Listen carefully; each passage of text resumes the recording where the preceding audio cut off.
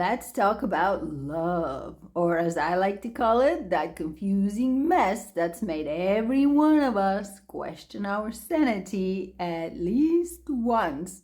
Today, we're tackling one of the most important debates of modern relationships: chemistry versus connection versus compatibility. Which do you need? What makes for a lasting relationship? Why? And why does it feel like you're always picking the wrong one? And me too. My picker is probably not any better than yours. So some of what I'll be telling you comes from hard science, and some comes from lessons learned the hard way. My goal is to save you from a disaster, or at least give you a better excuse than "it's not you, it's me" if you realize you should break up with someone. There'll be a test at the end, so pay attention. First up, chemistry, the star quarterback of the dating world. Chemistry is that thing that makes you say, "Oh my God, we just have this spark." Those who keeps people's hands where they probably shouldn't be when walking together in public. Like I saw these teenagers riding the escalator the other day when they should have gotten a room and gotten it out of their system. I see chemistry listed as a prerequisite for dating someone more than anything else. Fun fact: according to a study, 64% of the singles say chemistry is the number one thing they look for in a partner. A survey by Match.com, Singles in America, reported that about 59% of people rank physical and emotional chemistry as essential in a romantic connection. In another study published in the Journal of Personality and Individual Differences, 87% of participants indicated that sexual passion plays a role in their decision making when choosing a partner. As a female who used to look through dating profiles, I was always impressed by the fat slobs who somehow figured that lack of chemistry is their biggest deal breaker. There's a reason why we want chemistry so bad. When you feel chemistry, your brain is basically throwing a party. Dopamine's popping off, oxytocin's making you all cuddly, and your adrenaline is like, "this is the best idea ever." And then 2 months later, you're wondering why they're chewing their cereal like a goat. You find out that cutie pie farts every step they take and laughs with their mouth full. You also figure out they have zero ambition beyond the couch, and the only time they want to spend with you is naked time. But oh, that chemistry! Without chemistry, we'd be way less inclined to procreate too. It's the trick evolution plays on us to pair bond us to someone long enough to produce offspring. That's usually the easy part. Raising it is another matter, not the subject of this video. But here's the problem with chemistry: it's fast food, delicious at first, addictive, but eventually you realize it's not very nutritious unless your definition of a balanced diet is regret. Yet, most people prioritize chemistry because it's flashy, it's instant gratification, a dopamine stream, it's the hot sauce of relationships. It makes everyone more exciting. On top of that, society, movies, popular culture, and dating apps have trained us to think that chemistry equals love. People are drawn to the soulmate narrative, believing that intense passion signifies a true love connection. The rush of dopamine and oxytocin during the hormone phase creates feelings of euphoria and attachment. It makes the relationship feel special, even if deeper compatibility is lacking. Not only that, but having someone look at you with wanting eyes and drooling makes you feel special. It makes you feel seen and validated. And who doesn't want that? Look, I've been there. So I'm not judging at all. As rational and put together as I am, I've totally lost my mind on more than one occasion too. Chemistry is no joke, but if you ignore connection and compatibility, your spark can fizzle out faster than you expect, faster than a dollar store candle. If that's all that happens, no problem. But sometimes, by the time people figure out that the other person is more trouble than they're worth, their bank account could be empty or life could have turned into a never ending drama roller coaster. Reality check. Long term relationship success predictors like shared values, communication skills, and emotional security often get less attention, especially in early stages of dating. For instance, in a study by Finkel et al. From 2014, people who prioritize passion over compatibility were more likely to experience relationship instability. Research on married couples by the Gottman Project found that friendship, trust, and respect were stronger indicators of long term happiness than that initial spark. And in a book called Don't Trust Your Gut Using Data to Get What You Really Want in Life, the author makes the case that you need four qualities in a person if you want to have a decent chance at a stable, fulfilling, and happy relationship, which is what we're all after. So the four things are growth mindset, secure attachment style, conscientiousness, and that the person is already happy independent of their relationship status. According to big data, chemistry doesn't make the cut, nowhere near. But you have to ask yourself, what happens when two people have wild passion but completely different life goals? Like one partner wants a family and kids, and the other dreams of constant adventure, traveling the world, and rock climbing every day.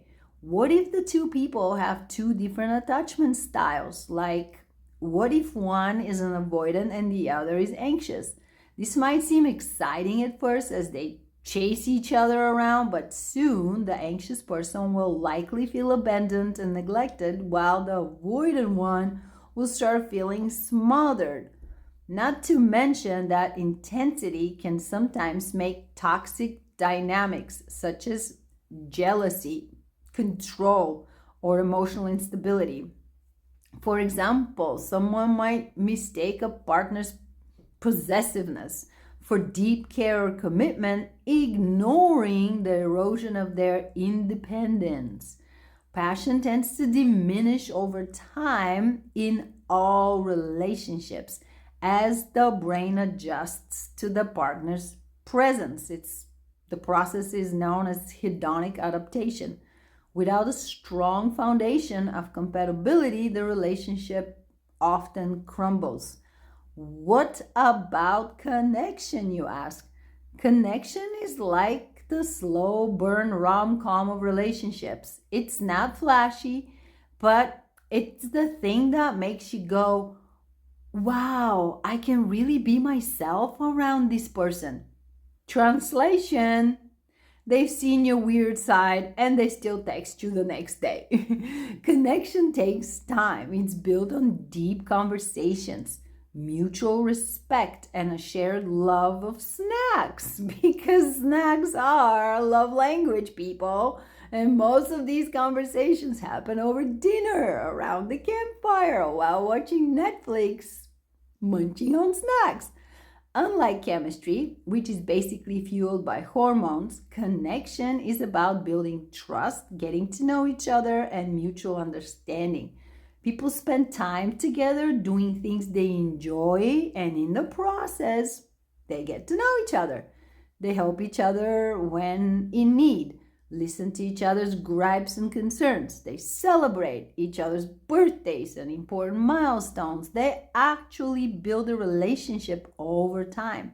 They get each other and they have each other's back. Connection feels calm, steady, and fulfilling, offering a sense of belonging and security. You feel truly seen, heard, and understood by the other person. You can have open and honest communication without fear of judgment. You feel a sense of comfort, ease, and trust in their presence. Check this table out, comparing chemistry and connection so you understand the difference. Too many people mistake chemistry for connection and pay the price.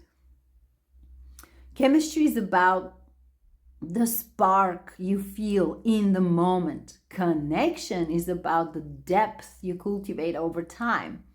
Ask yourself, am I just excited by them or do I feel genuinely understood?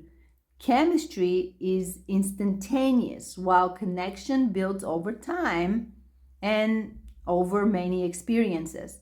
Ask yourself, would I still value this relationship without the physical attraction?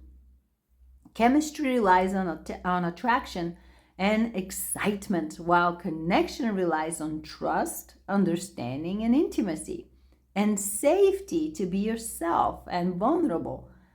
Ask yourself, do I feel at ease being my authentic self around this person? Chemistry is fleeting, connection is long lasting and reliable. Ask yourself, do I trust them to be there for me in tough times? If this sounds like building a friendship, it's because that's what it is. You can have a lot more good friends than you may like to have lovers. And you can also marry your best friend. Passion and friendship are not mutually exclusive, but they're not the same thing either. And when passion fizzles out, your relationship will survive and even thrive if it's built on a foundation of underlying friendship. But if that connection does not exist, as soon as the chemistry fades out, the relationship ends and you're just fighting all the time. While passion and chemistry is based on hormones, connection is based on compatibility. Look, I get it. Compatibility sounds boring. It's like choosing kale over cake. But here's the thing, kale keeps you healthy, cake does not. In other words, compatibility is what keeps the train on the tracks long after the chemistry runs out. So while chemistry makes you want to kiss them and connection makes you want to talk to them, compatibility makes you want to file your taxes with them. Isn't that sexy?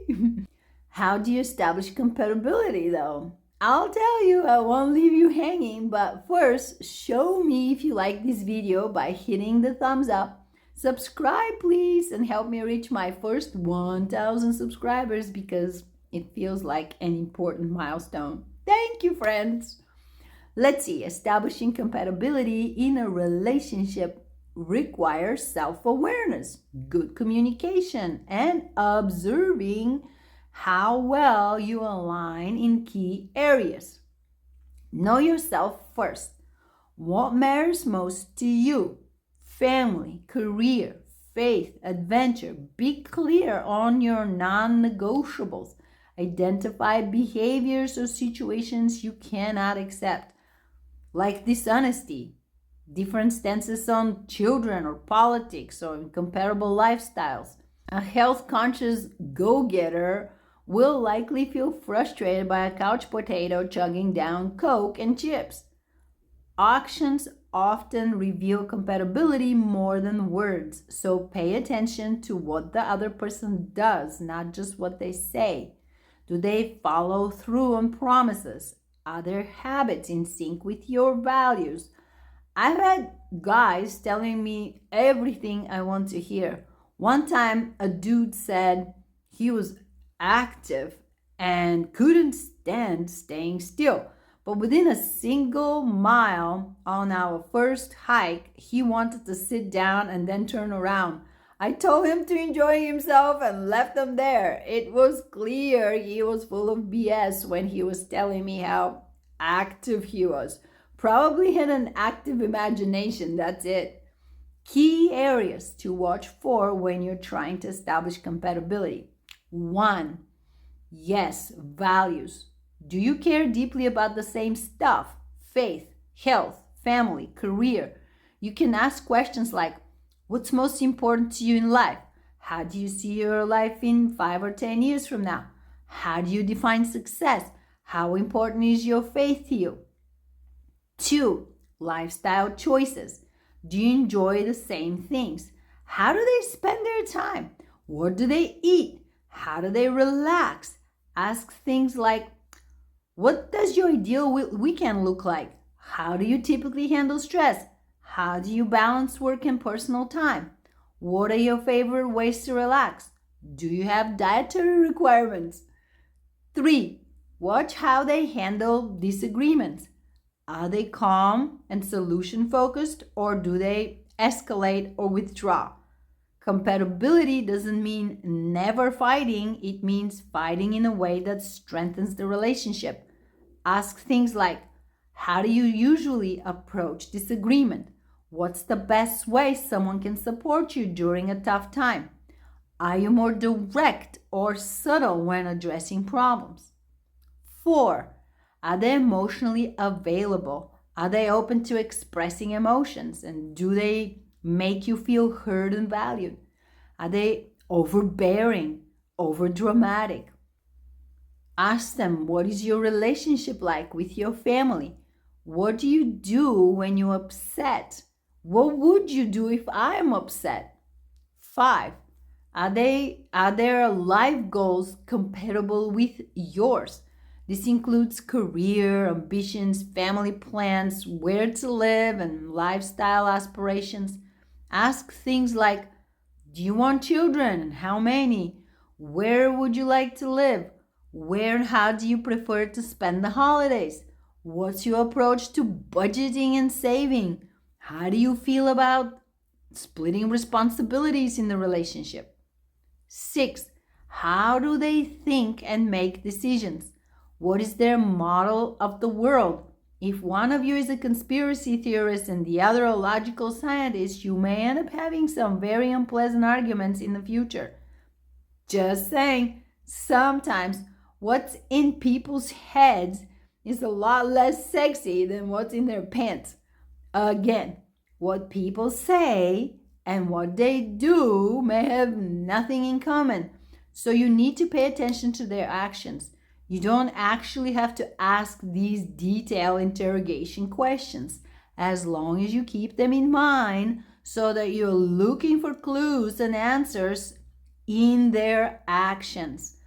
Also, remember, people do change. In a relationship, you'll need to stay present and constantly calibrate with your partner to ensure you remain connected and compatible. Now, let's play a little game called chemistry, connection, or compatibility to make sure you got this. Ready? Scenario 1. You meet someone at a party and your heart's racing like it's the Olympics, but then they say their favorite movie's Sharknado, and you hear your own thoughts saying, what the? But somehow you still want to reach out and touch them. What are you feeling? The answer is chemistry, and you're ignoring your best judgment. Scenario 2. You've been friends with someone for months. You have deep talks, they know your favorite pizza toppings, and they're the first person you call when life hits the fan. What have you established with this person? Yes, you've established connection. Scenario 3. You're dating someone who shares your values, respects your boundaries, and doesn't make you explain why brunch is a personality trait. You two have what? Compatibility. See the difference? Chemistry is exciting, connection is fulfilling, compatibility is functional. But when you find someone who ticks all 3 boxes, that's the relationship jackpot. Go buy a lottery ticket. You're on a roll. If you have connection and compatibility, You can even create chemistry because you can talk to each other and feel free to be your freaky self, asking for whatever you want. You can create the conditions necessary for exciting times. I'll never forget going to dinner at a client's house. She and her husband were in their 70s at the time. And while she was goofing around in the kitchen, he was telling jokes and reached over and grabbed her by the booty, telling her some sultry stuff. She giggles and responds in kind. I'm standing there feeling like a third wheel, but also remembering an important lesson. Connection and compatibility can nurture chemistry for decades, but chemistry alone can never create compatibility, even if it succeeds in creating connection. So here's your cheat sheet for love. Chemistry gets the party started. Connection makes you feel safe. Compatibility keeps the lights on when the party's over. The best relationships have a balance of all three. But if you're forced to pick between any of them because you can't find all three, connection and compatibility will carry you through long after the chemistry fades. Connection and compatibility build families, solve problems, and make for fulfilling life experiences. Trust me, your future self will thank you. All right, lovebirds, that's your crash course on the holy trinity of relationships. If you've learned something or just realized you've been chasing the wrong people, hit that like button, subscribe, and share this video with a friend who keeps dating human red flags. Let me know in the comments how you feel about the whole thing. And if you feel so inclined, buy me a coffee. This channel is not monetized and I like coffee. Thanks a bunch. Until next time, stay connected, stay compatible, and maybe, just maybe, let that spark simmer before you dive in head first. See you next time.